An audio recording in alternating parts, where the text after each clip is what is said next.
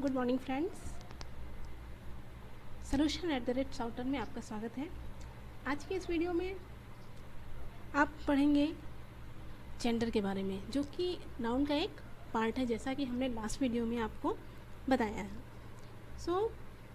Gender के बारे में डिटेल आपको इस वीडियो में मिल जाएगी। स्टार्ट करते हैं। Noun, gender of noun. तो नाउन में जो जेंडर का पार्ट है उसको इन्होंने पहले तो नाउन को इन्होंने कितने पार्ट्स में डिवाइड किया, 5 पार्ट्स में। उसके बाद इन्होंने जेंडर ऑफ नाउन को इन्होंने 4 पार्ट्स में डिवाइड किया है, जिसमें फर्स्ट है आपका मैस्कुलिन जेंडर। ओके, ये देखिए, फर्स्ट है आपका मैस्कुलिन जेंडर। इसमें क्या होता है, ये पुल्लिंग होता है हिंदी में। दूसरा होता है फेमिनिन जेंडर, स्त्रीलिंग। थर्ड है कॉमन जेंडर, उभयलिंग। एंड फोर्थ है न्यूट्रल जेंडर, मीन्स नपुंसकलिंग। होता क्या है कि अगर हम फर्स्ट की बात करें, मैस्कुलिन जेंडर, इसमें मतलब वो सारी चीज़ें, ठीक है, वो सारी चीज़ें जिसमें आपको पुरुष जाति का भाव प्रकट हो, वो सब आपका किसके अंदर आता है, मैस्कुलिन जेंडर के अंदर आता है। जैसे कि हम किसी ने बोला राम, तो राम से आपको क्या पता चल रहा है कि राम एक लड़का होगा, ठीक है। श्याम, ये क्या हो गया, एक लड़का होगा। मोहन, सोहन, रामू, रोहित, कोई भी, मतलब कोई भी ऐसा नाम जो कि आपको पुरुषार्थ का भाव दे, वो सब आपका किस में आता है, मैस्कुलिन जेंडर में आता है। यहाँ पर एक और हमने पॉइंट लिखा हुआ है, डेथ। ये क्यों लिखा हुआ है वो हम आपको आगे समझा देते हैं। फिलहाल आप एग्जाम्पल के तौर पर याद रखिए कि डेथ भी आपका किस में आता है, मैस्कुलिन जेंडर में आता है।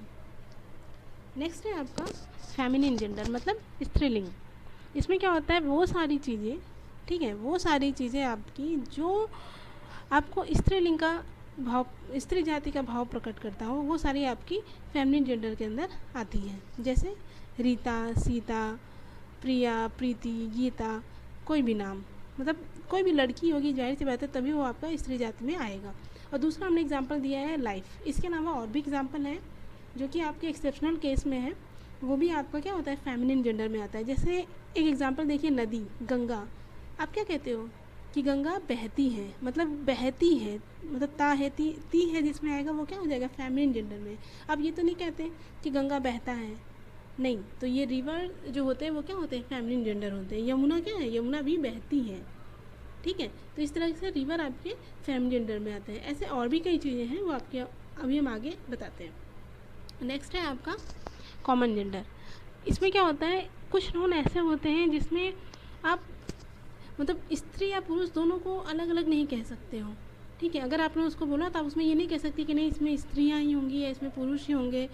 तो ऐसे जिस टाइप के जो भी नाउन होते हैं वो आपका कॉमन जेंडर में आता है। जैसे स्टूडेंट, आप स्टूडेंट पे ये नहीं कह सकते कि सिर्फ लड़के ही हैं, स्टूडेंट पे लड़के भी हो सकते हैं और लड़कियाँ भी हो सकती हैं। टीचर हो गए, डॉक्टर हो गए, ठीक है। इसी तरीके से बहुत सी चीज़ें हैं, जैसे नर्स हो गए, और क्या है, बहुत सी चीज़ें हैं जिसमें आपका मतलब लड़का लड़की दोनों ही उसमें रहते हैं। तो वो सारी आपकी जो चीज़ें हैं वो आपकी कॉमन जेंडर में आएंगी। नेक्स्ट है आपका न्यूट्रल जेंडर। न्यूट्रल मतलब होता है निर्जीव चीज़ें, जिनमें जान नहीं होती, जिनमें लिविंग थिंग नहीं होता है।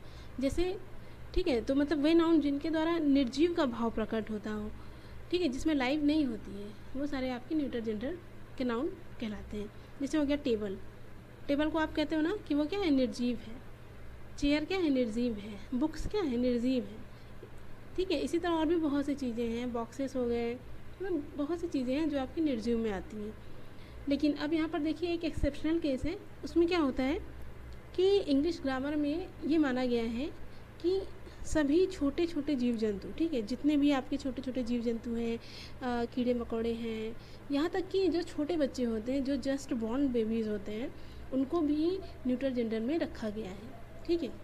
उनको भी किस में रखा गया है, न्यूट्रल जेंडर में रखा गया है। एक्चुअली इसमें अंतर क्या पड़ता है कि जब आप इंग्लिश ग्रामर में ट्रांसलेट करना स्टार्ट करते हैं, तो अगर आपको ये नहीं पता होगा कि बच्चे, जो छोटे बच्चे होते हैं, जस्ट बॉर्न बेबीज़ होते हैं, वो न्यूट्रल जेंडर में आते हैं, तो अगर वो लड़की होगा तो आप जब उसको आप इंग्लिश में कन्वर्ट करेंगे तो आप वहाँ क्या लिखेंगे कि शी।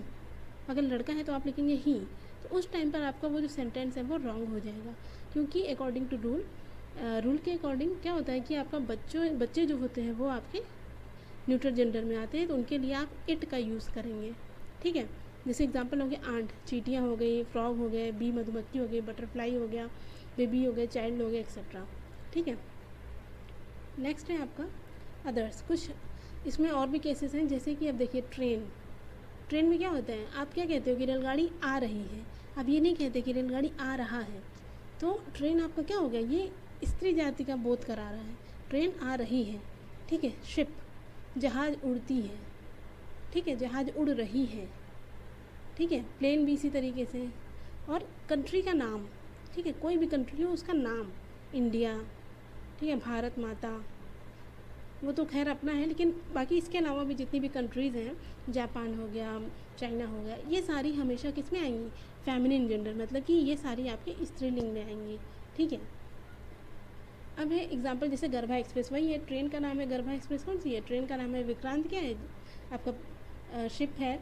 इसी तरह से द इंडियन एयरलाइंस क्या है, प्लेन है। इंडिया अमेरिका, ये सब क्या है, कंट्री नेम है। ये सारे आपके फेमिनिन जेंडर में आएंगे। ये सब आपको बातें बहुत याद करने की ज़रूरत है, क्योंकि जो क्वेश्चन आते हैं जनरली कंपटीशन में या फिर कहीं पर भी, वो इन्हीं एक्सेप्शनल केसेस पर ही आते हैं। इसी तरीके से आपका दूसरा है कि वे नाउन जिनके द्वारा आकार मीन्स उनके साइज़ में क्रमशः छोटा या बड़ा होने का भाव प्रकट हो, ठीक है। कुछ चीज़ें होती हैं वो छोटी होती हैं साइज़ में, कुछ चीज़ें होती हैं वो बड़ी होती हैं साइज़ में, तो उसके अकॉर्डिंग उनके छोटे और बड़े होने के आधार पर इनको फेमिनिन जेंडर, स्त्रीलिंग और मैस्कुलिन जेंडर के नाउन में बांटा गया है। तो इसमें क्या कहा गया है कि जो छोटी चीज़ें हैं, ठीक है, जो छोटी चीज़ें हैं वो फेमिनिन जेंडर में होंगी और जो बड़ी चीज़ें हैं वो मैस्कुलिन जेंडर में होंगी। जैसे एग्जाम्पल में आप देखेंगे, एक है समुद्र, ठीक है। आपके पृथ्वी पर क्या है, पानी बहुत ज़्यादा है, तो इसलिए समुद्र क्या होगा, वो मैस्कुलिन जेंडर में आएगा। लेकिन जो रिवर्स हैं, जो नदियाँ हैं, वो किस में आएंगी, फेमिनिन जेंडर में आएंगी।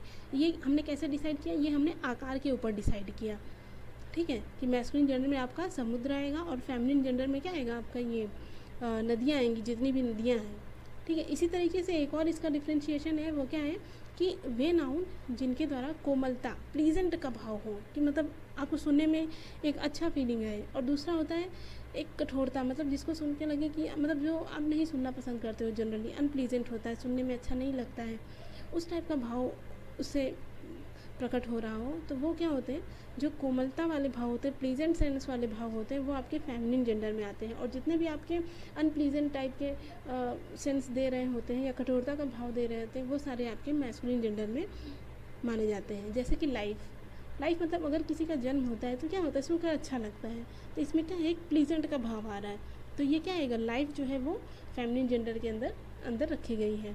इसी तरीके से है डेथ से क्या होता है, दुख का भाव होता है, सौरों का भाव होता है, तो इस तरीके से ये आपका किस में आएगा, मैस्कुलिन जेंडर में आएगा। इसी तरीके से स्प्रिंग, ठीक है, स्प्रिंग किस में आएगा आपका, स्प्रिंग आपका फेमिनिन जेंडर में आएगा। समर क्या होगा, अनप्लीजेंट है, तो ये क्या होगा आपका मैस्कुलिन जेंडर में आएगा। इसी तरीके से और से एग्जांपल आप खुद में अपने आस पड़ोस में देख सकते हैं, उसको डिसाइड करिए कि ये आपका किस में फेमिनिन जेंडर में आएगा कि मैस्कुलिन जेंडर में आएगा, ठीक है। तो ये हमने एक ओवरऑल आपको दिखा दिया है। देखिए जैसे कि यहाँ पर सबसे पहले हमने क्या लिया है, ये है जेंडर को जनरली हमने बताया है जाति, मतलब वो सजीव है, ये यहाँ नहीं होगा बिंदु, ठीक है, कि वो सजीव है। सजीव मतलब जिसमें जान होती है, जो बढ़ सकती है, घट सकती है, मतलब इनमें ज़िंदगी होती है। दूसरा है निर्जीव, जिसमें कोई जान नहीं होता है। और दूसरा हमने दिया है आकार के अकॉर्डिंग, एक बड़ा होता है, एक छोटा होता है। तीसरा हमने दिया उनकी क्वालिटी के अकॉर्डिंग, ठीक है, एक हमने दिया है क्वालिटी के अकॉर्डिंग कि कैसा उसका सेंस आ रहा है। तो देखिए अगर सजीव की बात करें तो उसमें 3 टाइप के होते हैं, मेल, फीमेल एंड बोथ, मतलब कॉमन जेंडर, ठीक है। एक होता है मैस्कुलिन जेंडर, मेल में क्या आएगा मैस्कुलिन जेंडर, फीमेल में फेमिनिन जेंडर और बोथ में कॉमन जेंडर।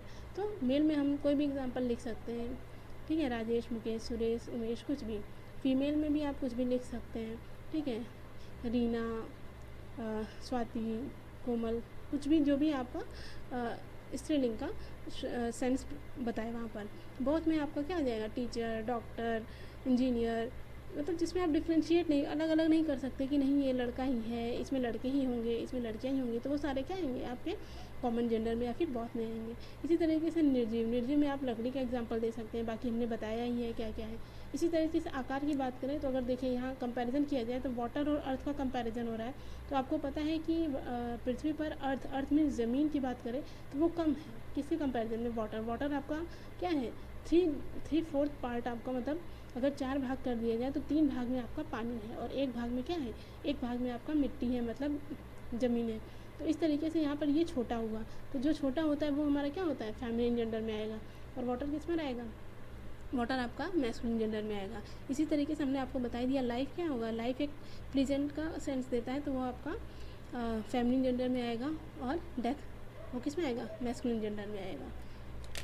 तो आज के वीडियो में सिर्फ इतना ही, बाकी नेक्स्ट वीडियो में। Thank you.